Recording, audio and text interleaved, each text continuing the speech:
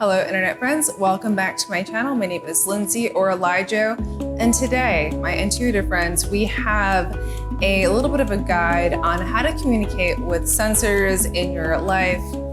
Not computer sensors or data sensors, but in fact, the human sensory saviors, SE or SI users. So if you'd like to talk to me more about this or other things regarding your brain journey, you can book a video session with me below on my platform, Snug. Here we go.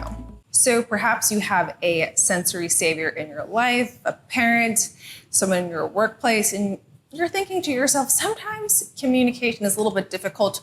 We seem to be missing each other. What are some things you can do to make the experience a little bit more seamless? So the first thing to do is stop abusing analogies. I get it. I do it all the time. I even try to not do analogies and be like, I'm staying sensor focused, especially on this video, this piece of content. I did it in my last video anyway.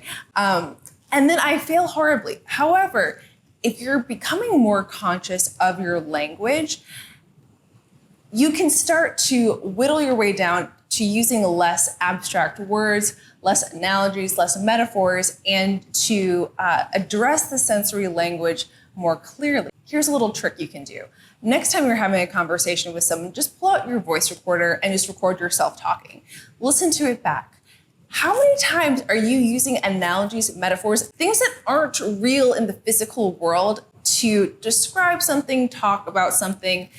Become conscious of it so that way in the future you can start to scale back those kinds of words and stories when you're talking to someone who is sensory dominant. They're going to not really connect with that language. Listen, a tasteful analogy here and there is not a big deal, but we don't want to overdo a good thing. Point number 2 is reality is very real to them. When you are talking to someone who is savior sensory, the longer you go on tangents related to things that are not real, things that you could not paint a picture of, the less attention of theirs you're going to be able to hold. Now, why this can be important is, let's say you're in a work meeting, you have a really great idea you want to share with your team or with your coworkers, or you're presenting something and you have some savior sensors in the audience, because we have to guess that likely we will, unless it's a very biased, one-sided organization. And if you're talking about your idea for too long in the abstract realm, you're getting too vague with the connections and the possibilities, and you're rambling along. You're not hitting the sensory facts and truths and tangibles that exist. You are likely to lose the room and possibly not make the impact you're hoping to make. Number 3 is you want to just focus on clarity, and a good hack to getting there is just to focus on the who, what, when, where, how.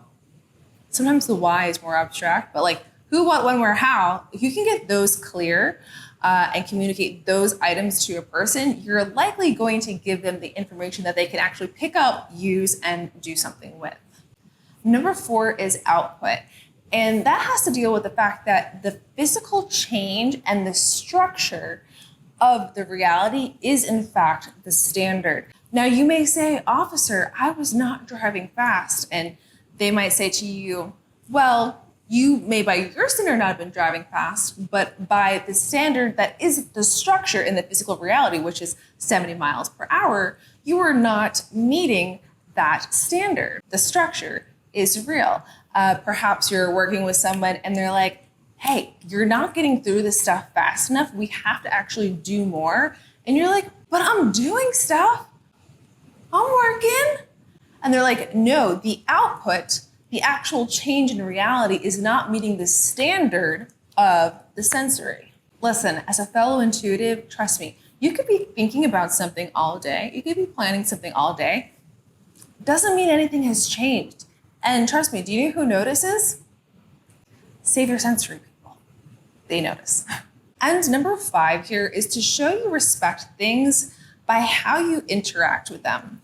It's really easy as someone who's savior intuitive and your brain is focused on something else that is not here, to take the sensory and essentially throw it into a pile and walk right past it, pretend like it doesn't exist, or to not address things that you interact with on a daily basis because, listen, we get it, your head is up in the clouds, it's somewhere else, okay?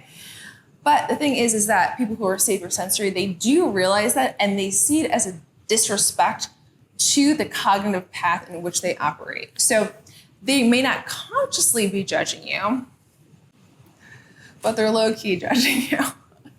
They're probably judging you just a little bit. And they may see it as being disrespectful to the physical environment, the things that they see as being quite important to how things are done and how they see the world.